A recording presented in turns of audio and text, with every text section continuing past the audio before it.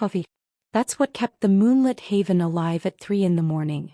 Not the nostalgia, though the retro chrome fixtures had their admirers on Instagram. Not the food, since our menu hadn't changed since 1987 and nobody came for reheated meatloaf at this hour. Just coffee, dark, bitter, and strong enough to keep you vertical through whatever crisis brought you here when the rest of Portland was sleeping. I'd been pouring that coffee for 3 years now, ever since Mom got sick and someone had to keep the lights on. The diner had been in our family for 30 years, passed down from my grandmother who'd opened it with dreams bigger than the building could hold. Now it was just me and Bernadette, our night cook who'd worked here longer than I'd been alive, keeping those dreams on life support while medical bills devoured everything else. Mom never talked about my father. Never explained the ring she kept in a wooden box on her nightstand, the one she'd hold on bad nights when the pain got unbearable and the morphine wasn't enough. I'd seen it enough times to memorize every detail. Obsidian stone carved with symbols that looked older than language, silver band etched with words I couldn't read, beautiful and haunting and completely out of place in our shabby 2-bedroom apartment. "Your father gave me this," she'd whispered once during one of her lucid moments between treatments. A promise he couldn't keep. Not because he didn't want to, but because they wouldn't let him. I never asked who they were. Mom's stories had always danced between fever dreams and fairy tales, getting worse as the cancer spread. The ring was probably costume jewelry she'd romanticized into something more. That's what I told myself anyway. The door opened without the bell chiming. I looked up from counting tips, irritation ready on my tongue. That bell had announced every customer since 1987, and if it was broken I couldn't afford to fix it, but the words died unspoken. For figures entered and they moved wrong. Too smooth, too synchronized, like they'd rehearsed the simple act of walking through a door. 3 of them were dressed in dark clothing that suggested money and violence in equal measure, the kind of people who made career criminals nervous. But the 4th, he stood at the threshold like he owned not just the diner but the entire concept of diners, of Portland, of the night itself. Tall, easily 6'3", with silver-white hair swept back from a face so pale it seemed to reject the fluorescent lighting. His clothing was black, immaculate and completely wrong for a place like this. An embroidered jacket that belonged in a museum or a palace, certainly not a failing diner in Northwest Portland. But it was his eyes that stopped my breath. Dark, ancient, and fixed on me with an intensity that felt like being dissected. "We're open," I managed, voice steadier than I felt. "Sit anywhere you'd like." He didn't move. Neither did his companions. They just stood there, and I became acutely aware that Bernadette had gone completely silent in the kitchen. 30 years of instinct telling her when to disappear. The man's gaze swept the diner, every corner, every exit, every potential threat, before returning to me.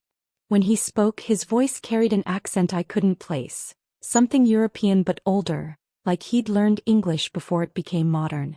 "This establishment serves coffee?" "Best in Portland," I lied. It was barely drinkable, but pride made me defend it. "You want some?" He moved then, and his companions moved with him. They chose a booth in the back corner. Of course they did, wall behind them, view of both doors, and arranged themselves like pieces on a chessboard.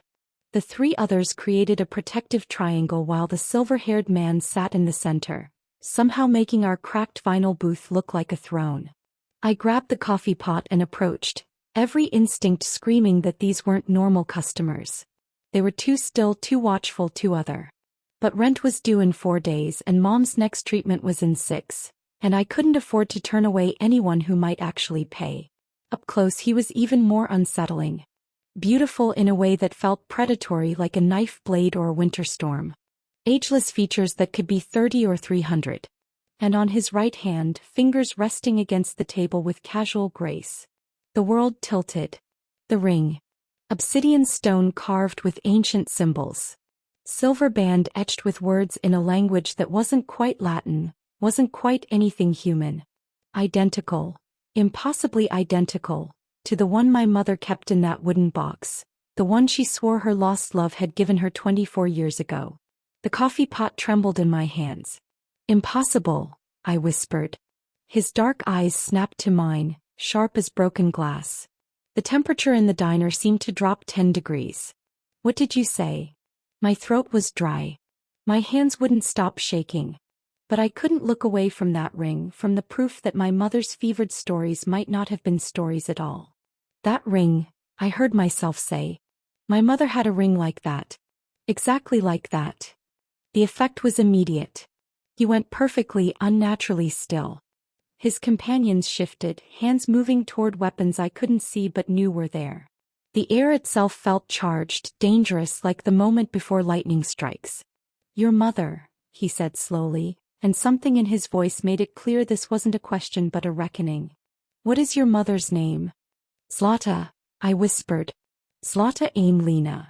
The ring slipped from his finger, the first clumsy thing I'd seen him do. It hit the table with a sound like a bell tolling, and when he looked at me again, his expression held something I hadn't expected. Recognition. Her. And underneath it all, devastating hope. Then you are. He stopped, started again, his accent thickening with emotion. How old are you? 23. Why does that? 23, he repeated and closed his eyes like I'd struck him. 24 years since they took her from me. 24 years since they told me she was dead.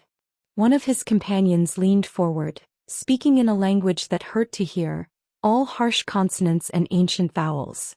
The silver-haired man silenced him with a gesture, never taking his eyes off me. Miss Amelina, he said, and the way he pronounced my mother's name, our name, made it sound like a prayer.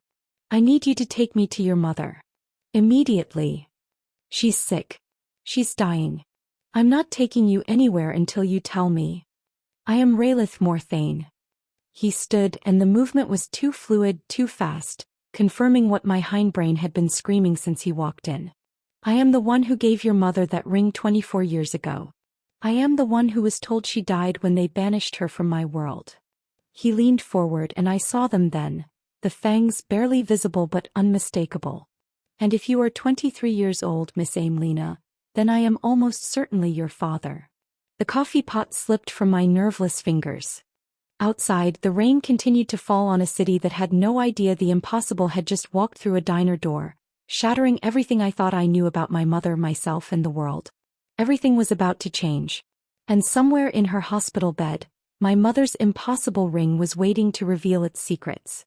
The coffee pot shattered against the linoleum, spraying dark liquid across my sneakers. I didn't notice. Couldn't notice. Everything had narrowed to the man standing before me, his words echoing in the sudden silence of the diner. I am almost certainly your father. That's impossible, I said, but my voice shook. Vampires aren't real. You're insane. This is some kind of... Look at me, Ninel. He said my name like he already knew it, like he'd been searching for it. Truly look and tell me what you see. I looked. God help me, I looked and saw what my rational mind had been refusing to accept. The unnatural stillness when he breathed. The way shadows seemed to gather around him like old friends. The faint luminescence to his skin that had nothing to do with the diner's harsh lighting. And those eyes, ancient, fathomless, holding centuries I couldn't begin to comprehend. Bernadette, I called toward the kitchen, not taking my eyes off Raelith. Call the police. But Bernadette didn't answer. When I risked a glance, she was frozen by the kitchen window, staring at Raelith's companions with the kind of terror that came from recognition, not confusion. She'd seen something like this before. The realization sent ice down my spine. Your mother is dying, Raelith said quietly. You said so yourself. How long does she have? Weeks. Maybe days. The words tasted like ash. What does that have to do with? Everything. He picked up his ring from where it had fallen, held it up to the light. This ring is a K'Arsundi, a promise bond forged in blood magic older than your civilization. When given, it creates a twin. Two rings identical in every way, bound to two souls. It cannot be counterfeited. Cannot be duplicated. Cannot exist unless both parties accept the vow willingly. He stepped closer and I should have moved back, should have run, but I was transfixed. I gave this ring to Zlata 24 years ago in a garden beneath a blood moon. I promised her eternity, protection, love that would transcend the boundaries between our worlds. And 3 days later, my uncle's guards dragged her away while I was locked in silver chains. They told me she was executed for the crime of being human, for daring to love a vampire prince. They told me they burned her body so I could never bring her back. His voice cracked on the last word, and the sound was so raw, so fundamentally broken that I felt it in my chest. If your mother has the twin to this ring, then the promise was never completed. The bond was severed by force, not death. Which means... He looked at me with something like wonder and dread. Which means she survived. And if you are 23 years old... Take me to her, I said. The words came out before I could stop them, before logic could override the desperate need in his voice that matched the desperate hope suddenly flaring in my chest. But if you're lying, if you hurt her, I would tear out my own heart first. He said it with such conviction that I believed him. 20 minutes later, we stood outside Mom's apartment. Me, a vampire king, and 2 of his guards who'd insisted on coming. The third had disappeared into the rainy Portland night, and I tried not to think about why. Raelith stared at the building like it might vanish if he blinked, his fingers gripping his ring so hard I heard the metal creak. She's weak, I warned, unlocking the door. The cancers spread to her lungs.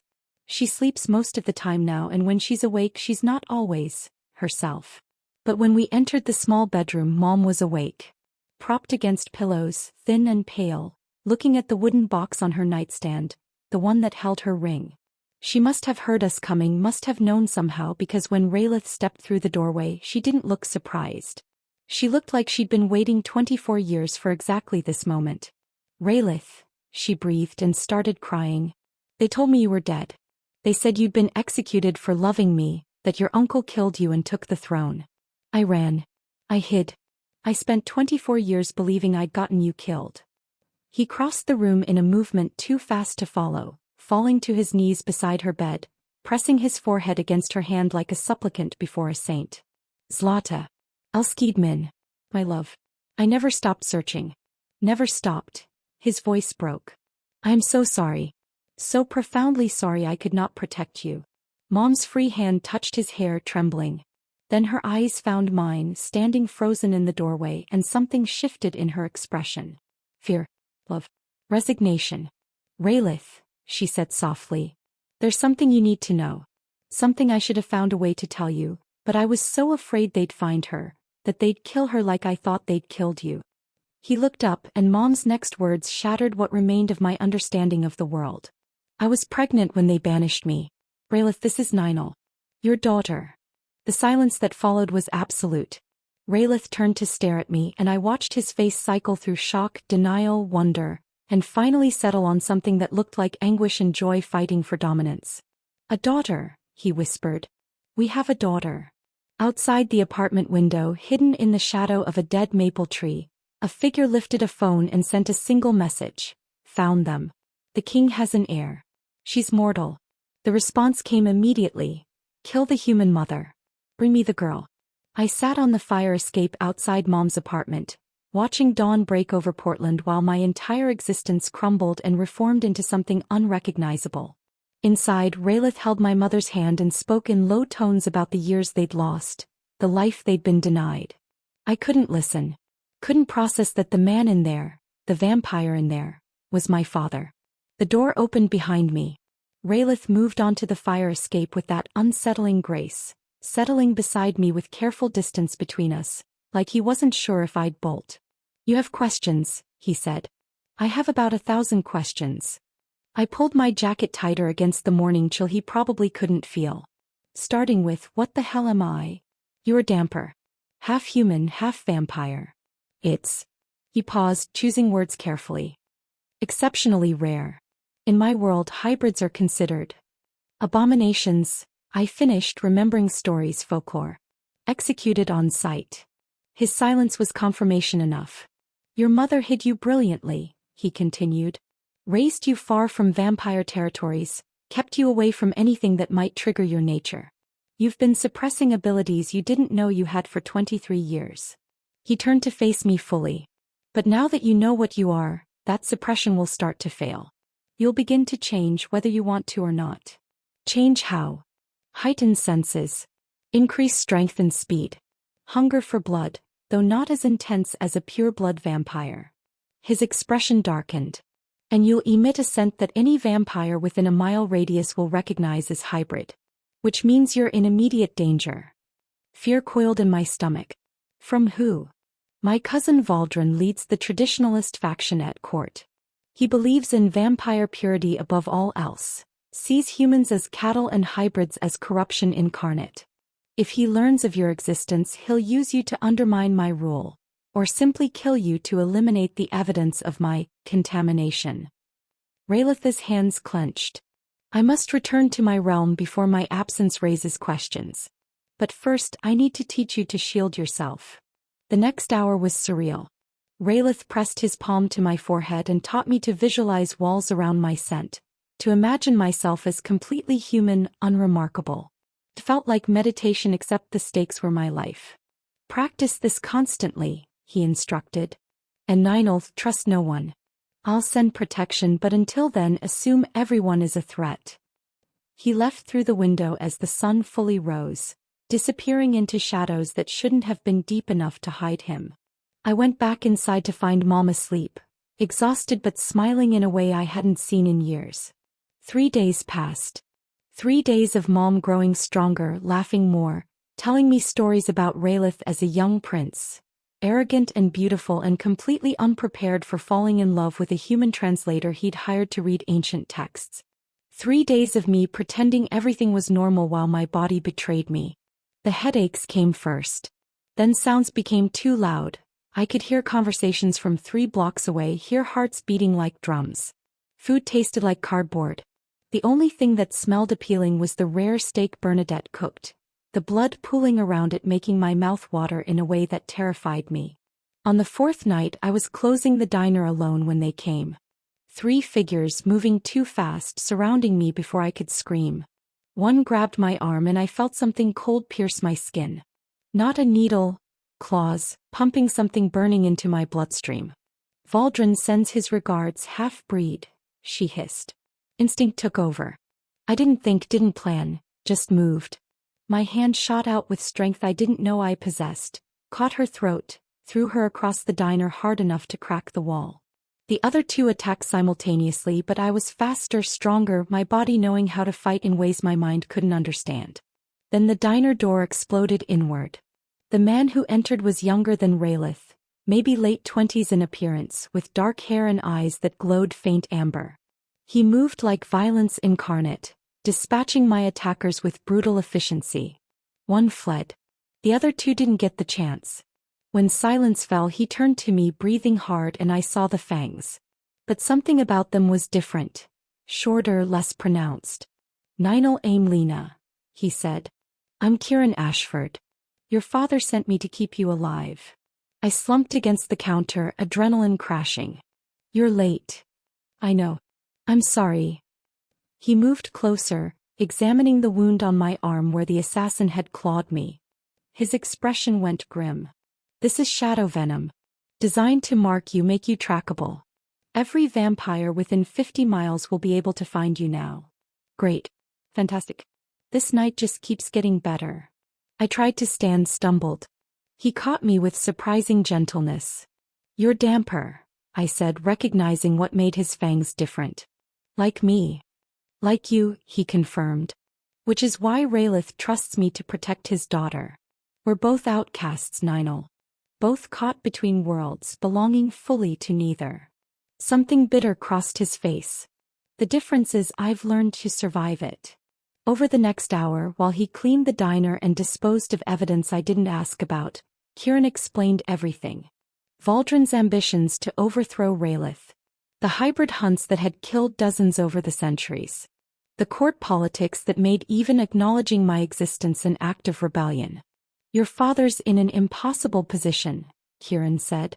If he claims you publicly, Valdrin will use it to turn the court against him. If he hides you, Valdrin will hunt you down to eliminate the evidence. Either way. My phone rang. Mom's number. I answered with shaking hands. Ninel. Her voice was wrong, slurred and weak. Something's wrong.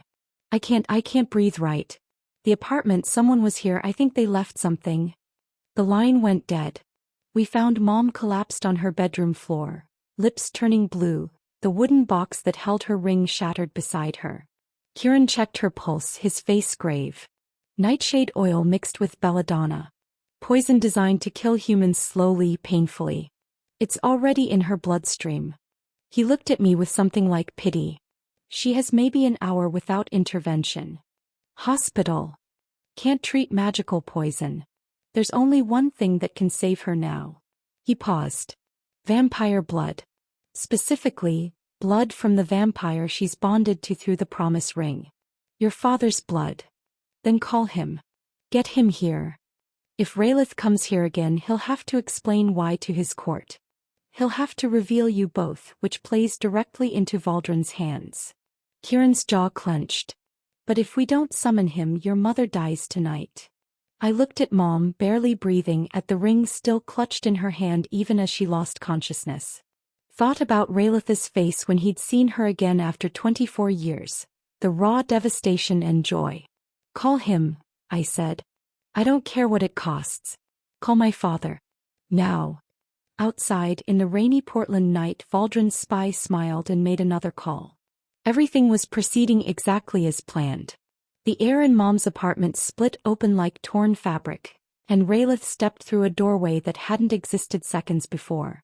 Behind him, I glimpsed impossible architecture, soaring spires of black stone, a sky filled with stars that moved wrong, beauty so alien it hurt to perceive. He crossed to Mom in 3 strides, already biting into his own wrist. Dark blood welled, and he pressed it to her blue-tinged lips with a tenderness that made my chest ache.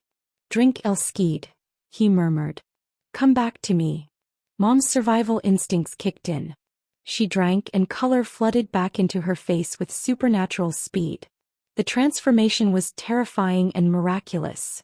Within minutes she was breathing normally, the poison purging from her system. But Kieran stood rigid by the window, staring at something I couldn't see. My lord, the blood signature. Using your blood here creates a tracking beacon. Anyone with the right magic can trace it back to you, prove you've been feeding humans. I know, Raelith said quietly. He looked at me, then at my mother, decision crystallizing in those ancient eyes. Which is why we're leaving. All of us. Now. Leaving to where? I demanded. The only place I can truly protect you. My realm. He stood, helping Mom to her feet. She was stronger already, vampire blood working changes I didn't want to examine too closely. Valdrin has forced my hand. If we stay here, he'll kill you both to destroy evidence. But in my court, under my direct protection. We'll be walking into the lion's den, I finished. Yes. But I will be the bigger lion. Something dangerous flickered across his face. Pack what you need. We have minutes before they trace the signature. The portal felt like drowning in frozen stars. Reality bent, twisted, and when I could breathe again, we stood in a hall so vast it could have swallowed a cathedral. Obsidian columns soared toward a vaulted ceiling lost in shadows. The floor beneath my feet was polished stone that reflected starlight from windows showing impossible constellations. Everything was sharp angles and deadly beauty, Gothic architecture taken to its logical extreme. And everywhere there were vampires. They materialized from alcoves and doorways, drawn by our arrival. Beautiful, terrible, with eyes that reflected millennia. They stared at us, at me and Mom, with expressions ranging from curiosity to open hostility. I felt their gazes like physical weight, assessing, judging. The king returns with pets, someone whispered, not bothering to hide their disdain. Raelith's voice cracked like a whip. Silence. I present to you Ninel Amelina, translator and scholar, who will reside here under my personal protection. And her daughter Ninel, who I claim as ward of the crown. The crowd rippled. Whispers spread like contagion. Then the throng parted, and a man stepped forward who could only be Valdrin. He shared Raelith's height and aristocratic features, but where Raelith projected controlled power, Valdrin radiated cold ambition. His smile was a predator's smile, all sharp teeth and sharper calculation. Ward cousin? How generous of you. Valdrin's gaze raked over me, and I felt my shields waver under the intensity. Though I wonder why the king himself would grant such protection to a human girl. Unless there's more to this story than you're sharing. My reasons are my own, Raelith said icily. Of course. Just as it's your own business that you've violated sacred law by feeding a human your blood. Valdrin gestured and an ornate mirror materialized, showing a recording. Raelith biting his wrist, feeding Mom. Did you think such magic could be hidden from those with eyes to see? The court erupted. Voices raised in shock, anger, accusation. Raelith stood unmoved, but I saw his jaw tighten. I saved a dying woman, he said. Any other interpretation is sedition, Valdrin. I merely ask questions others are thinking. Valdrin's smile widened. After all, the court deserves transparency from their king. Especially regarding unusual protections granted to mysterious humans. The next 3 days were a fever dream of Gothic opulence and political maneuvering. Raelith installed us in quarters that bordered on obscene, rooms carved from single pieces of dark crystal, windows overlooking gardens where night-blooming flowers released perfume that made my head spin. Mom thrived with Raelith's blood in her system, looking younger and stronger than I'd seen her in years, though she refused his offer to turn her completely. I'll stay human as long as I can, she told him during one of their long conversations I pretended not to overhear. I've already lost too many years to fear. I won't lose my humanity too. Meanwhile, I navigated a court that wanted me dead but couldn't kill me without defying their king. Valdrin's people orchestrated accidents. A loose gargoyle that nearly crushed me during a midnight walk, poisoned wine at dinner that Kieran knocked from my hand, a sparring match that turned deadly until Raelith intervened. Each night, Kieran trained me in empty halls, teaching me to fight, to move like the predator I was becoming. His hands guided my stance, his voice coaching me through forms designed to kill efficiently. And between the violence there were moments. His fingers lingering on my wrist to check my pulse, his eyes holding mine a beat too long, the way he smiled when I finally disarmed him. You're getting stronger, he said one night, both of us breathing hard from combat drills. Your vampire half is waking up. Is that good or bad? Both. He stepped closer and my traitorous heart raced. It makes you dangerous. But it also makes you vulnerable. The stronger you become, the harder it is to hide what you are. Raelith found us like that, standing too close in the training hall. Something complicated crossed his face before he smoothed it away. Kieran, give us a moment. When we were alone, my father moved to the window, hands clasped behind his back. I'm not skilled at this, he said finally. Parenthood. Connection. I've spent 3 centuries alone by choice, believing I wasn't worthy of. He stopped. Your mother showed me her memories once of your childhood. Birthdays I missed. School plays I wasn't there to see. The first time you learned to read. All the moments I should have shared. You didn't know I existed. Which is precisely why I failed you. He turned and his expression was raw. But you're here now. And I need you to know your heritage. Not just the violence and politics, but the beauty of what you are. He taught me about vampire history that night, showed me through shared memories how our kind had shaped civilizations, preserved knowledge through dark ages, loved and lost across centuries. He taught me the language etched on our rings, taught me to sense the magic that flowed through this realm like blood through veins. You are my daughter, he said softly. And you are extraordinary. Never let anyone make you feel otherwise. I fell asleep that night feeling something dangerous, like I might actually belong here. The illusion shattered at dawn when Valdrin's voice rang through the palace, magically amplified. I call tribunal before the High Council. I have evidence that Raelith Morthane has sired a hybrid in violation of sacred law. I demand the girl Ninel be tested.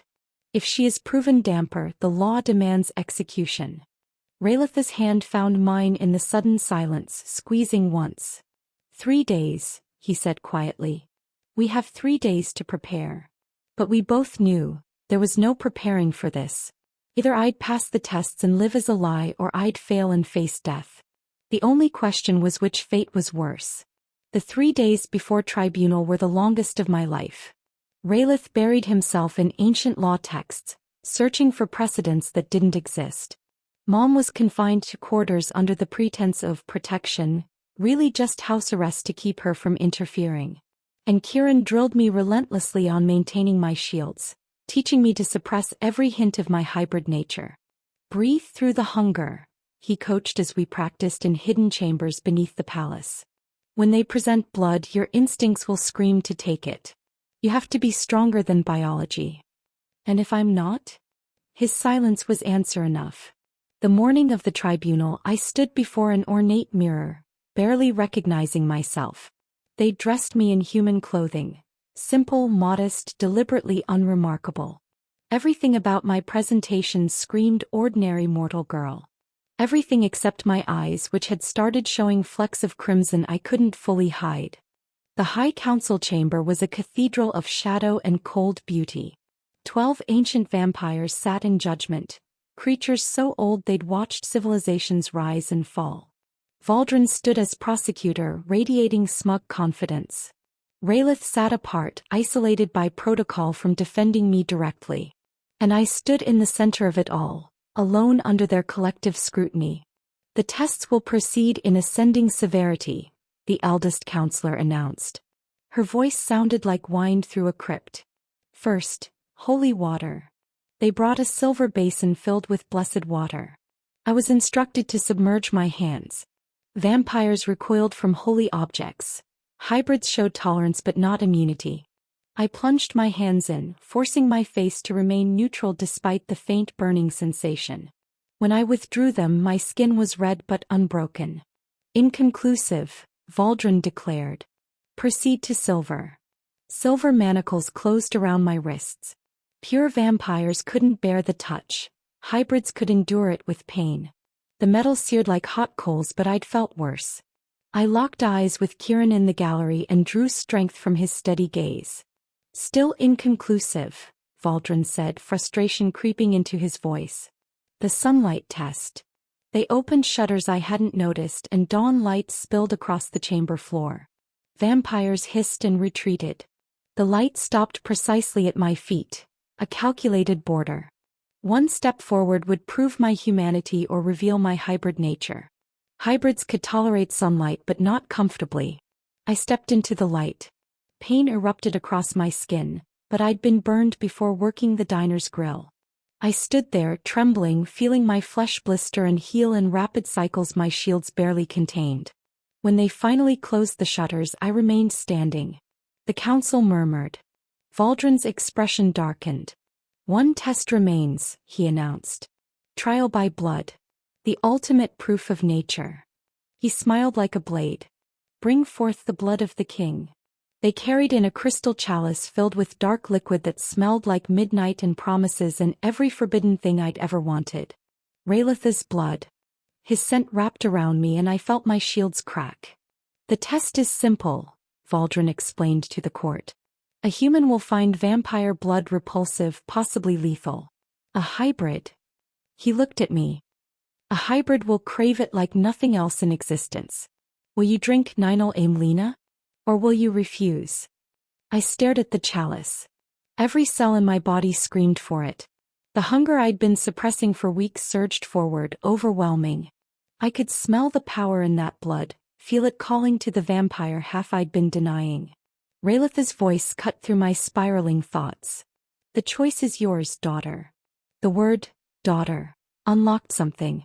I looked at him, this impossible father who'd lost everything once already, who sat powerless now while his court decided if I lived or died. Who taught me about heritage and beauty and belonging despite knowing this moment was coming. I could lie. Could refuse the blood, maybe pass the test, live as something I wasn't for whatever brief human lifespan I had left. Or I could choose truth. I picked up the chalice and drank. The blood hit my system like lightning. Power exploded through me, not the suppressed trickle I'd been living with, but a tsunami of strength, speed, magic. My eyes blazed crimson. Fangs extended, sharp and natural. And across my skin ancient markings bloomed like ink in water. The heritage symbols of Raelith's bloodline, proof of my parentage written in supernatural fire. The court erupted in chaos. Abomination! Someone screamed. The king has sired a hybrid. Execute her. Execute them both. But Raelith's voice cut through the pandemonium like a blade. Silence. The power in that single word drove everyone to their knees except me. He stood, moved to my side, placed his hand on my shoulder. "She is my daughter," he declared. "My heir. Born of my blood and my beloved. Anyone who touches her answers to me. Anyone who questions her right to exist questions me." His eyes blazed. "So question me, Valdrin. Challenge me. Let's end this charade." Valdrin smiled, and I realized too late we'd given him exactly what he wanted. "As you wish, cousin." He snapped his fingers and half the High Council collapsed, foam at their mouths. Poisoned. The chamber doors exploded inward and armed vampires poured through. Valdrin's faction, his private army. "You've just confessed to breaking sacred law," Valdrin announced over the screaming. "The council is dissolved. Your reign is over. And when you're dead, I'll finish what you started, purging this realm of human contamination." Then the fighting started. Kieran materialized at my side, weapons appearing in his hands. "Stay close to me." But I didn't need protection anymore. The hybrid power singing through my veins was intoxicating, terrifying. I moved faster than thought, stronger than I'd dreamed. Valdrin's soldiers came at us, and I tore through them with efficiency that would have horrified me hours ago. Now it felt right, natural, like I'd finally become what I was always meant to be. Across the chamber, Raelith and Valdrin clashed in single combat, centuries of resentment and ambition meeting in blade and fong. They moved too fast to follow, destroying pillars and shattering stone. Kieran fought beside me, our movements synchronizing without planning. Where I struck, he defended. Where he advanced, I covered. We were perfect counterpoints, and somewhere in the violence, our eyes met and I saw what I felt reflected. This impossible connection forged in blood and battle. Then Valdrin fell. Raelith stood over him, blade at his cousin's throat. "Yield." Valdrin laughed, blood bubbling from his lips. "You think you've won? You've doomed everyone." His hand moved in a gesture I recognized too late. A death spell, ancient magic designed to detonate his own life force and take everyone in the chamber with him. Purple energy erupted from his chest, expanding, hungry. "No one can stop it," Valdrin gasped. "Not even you, my king." We all died, Tog. I walked into the spell. The energy hit me like a wall, and I felt it trying to tear me apart, to consume my life force like it would everyone else. But I was hybrid, half vampire, half human, belonging fully to neither world. And vampire magic didn't know what to do with me. Instead of destroying me, the spell stopped. The purple energy swirled around my body, searching for purchase, finding none. I reached out and impossibly I grabbed the magic itself. Pulled it into me. Absorbed it like drinking water. The chamber fell silent as the spell dissipated, leaving me standing over Valdrin's body, glowing with borrowed power, very much alive. "Impossible," someone breathed. Raelith's expression was pure wonder. "No. Not impossible. Extraordinary." And as the court stared at me, this hybrid who'd just saved them all, I felt the future shift. Nothing would be the same after this. Not for me, not for them, not for the boundaries between our worlds. The question was, what came next? The silence following Valdrin's failed death spell was absolute. I stood in the center of the High Council chamber, borrowed magic still crackling across my skin, and watched centuries of prejudice crumble in real time. The surviving council members stared at me not with hatred now, but with something far more dangerous: hope. "Bind Valdrin in silver," Raelith commanded, his voice carrying the weight of absolute authority. "His followers will be given one chance to surrender. Those who refuse die with him." Valdrin's factions scattered. Some fled. Most knelt, recognizing the shift in power. Within an hour, the coup was finished, and I stood exhausted in the ruins of what should have been my execution. Raelith addressed what remained of the High Council, his hand resting on my shoulder in clear claim. "For 300 years we have lived by laws written in fear. Laws that demand we destroy anything that challenges our understanding of purity. Today my daughter, my hybrid daughter, saved every vampire in this chamber using abilities that shouldn't exist according to our doctrine." His voice hardened. "Perhaps it's time we admit our doctrine is wrong." The eldest counselor spoke, her ancient voice thoughtful. "The girl absorbed magic that should have killed her. Such power could be valuable if properly controlled. She's not a weapon to be controlled, Kieran interjected from beside me, earning shocked looks for speaking out of turn. She's proof that hybrid nature isn't corruption, it's evolution. Raelith nodded. I propose the immediate repeal of all anti-hybrid laws. Furthermore, I declare Ninel Amelina Morthane my legitimate heir and crown princess of this realm. The chamber erupted in argument. Some counselors supported the change, pragmatists who saw the value in peace with the human world. Others resisted, clinging to tradition even as that tradition lay bleeding on the floor. Finally, they called me to speak. I stepped forward, still glowing faintly with absorbed magic, and looked at these ancient creatures who'd survived millennia by refusing to change. I didn't ask to be born hybrid, I said quietly. I didn't ask to bridge two worlds that hate each other. But I am. And I do. You can kill me for it, execute me under laws written by people who've been dust for centuries. Or you can use me as what I actually am. A bridge. A chance for something better than this endless cycle of fear and violence. I thought of Mom, confined to quarters above, who'd loved Raelith enough to give up everything. Thought of Kieran, who'd spent his life as an outcast for the crime of his birth. Thought of all the hybrids who'd been hunted, murdered, erased from history. I'm not asking you to love us, I continued. I'm asking you to let us live. And maybe eventually you'll see we're not the threat you imagined. We're the future you're too afraid to embrace. The vote took 3 hours. When it finished, the anti-hybrid laws were repealed by the narrowest margin. Human-vampire unions were legalized. And I was formally recognized as princess and heir, with all the protection and responsibility that entailed. Raelith brought Mom to the council chamber after, and this time, no one protested when he kissed her in front of the court.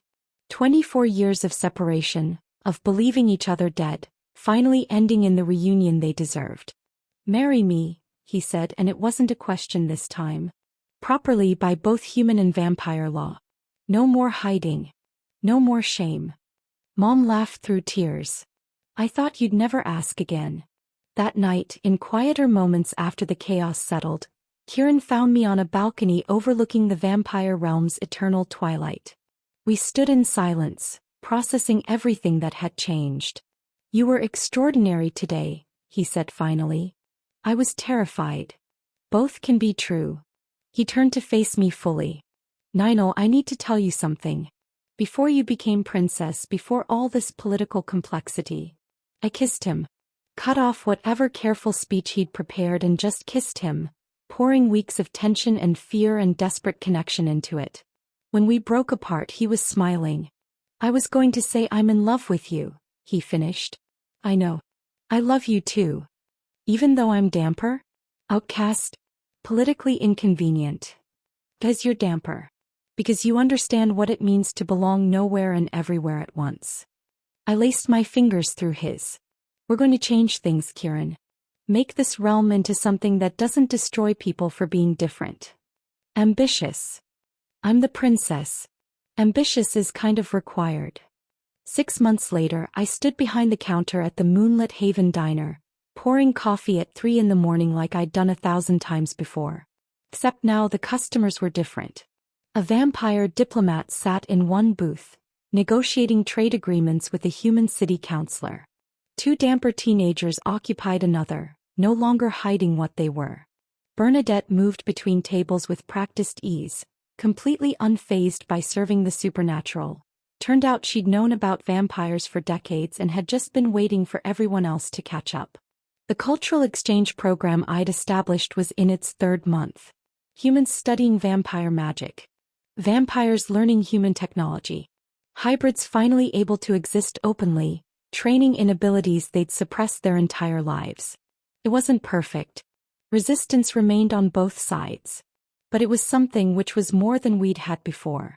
In the corner booth, Raelith and Mom sat holding hands, looking at each other like the young lovers they'd been 24 years ago. They'd married in a ceremony that combined human and vampire traditions, witnessed by both worlds. Mom still refused to be fully turned, wanting to age naturally with the time they had left. Raelith accepted this with grace I wasn't sure I could have managed. Kieran emerged from the kitchen with fresh coffee, stealing a kiss as he passed behind the counter. He worked security for the exchange program now, protecting hybrids who were just discovering their nature. We split our time between realms, belonging fully to neither but making homes in both. I touched the ring on my right hand. Mom had given me hers, symbol of the promise that had survived 24 years of separation. Raelith wore his matching ring again, no longer hidden, proof that their bond had never truly broken. "You look thoughtful," Kieran observed, refilling the coffee pot. "Just thinking about promises," I said. "How Mom and Raelith's promise created me. How that promise is changing everything." Through the diner windows I watched dawn approach over Portland. Back in the vampire realm, they'd opened the palace to sunlight for the first time in centuries, installing magical filters that let hybrids enjoy both day and night. Small changes but meaningful. A family entered the diner. Human father, vampire mother, hybrid children who didn't have to hide anymore. They chose a booth, ordered breakfast, existed peacefully in a space that welcomed them all. This was the future we were building. Not perfect, not without conflict, but possible. A world where love like my parents didn't have to be hidden. Where people like Kieran and me weren't outlaws but bridges. "New shift starting soon," Bernadette called from the kitchen. "You heading to the palace or staying here?" I looked at Kieran, at my parents, at the mixed crowd filling my family's diner with life and hope and the messy reality of change. "Staying," I decided. For now at least. Someone has to pour coffee at 3 in the morning. Because I was princess of the vampire realm and ambassador to the human world. But I was also Ninel Amelina, waitress, daughter, hybrid who'd learned you didn't have to choose between worlds. You could belong to both. Outside, the sun rose on a new day, and for the first time in my life, I wasn't afraid of what it would bring. The promise hadn't been broken. It had just been waiting for me to fulfill it. And I was only getting started.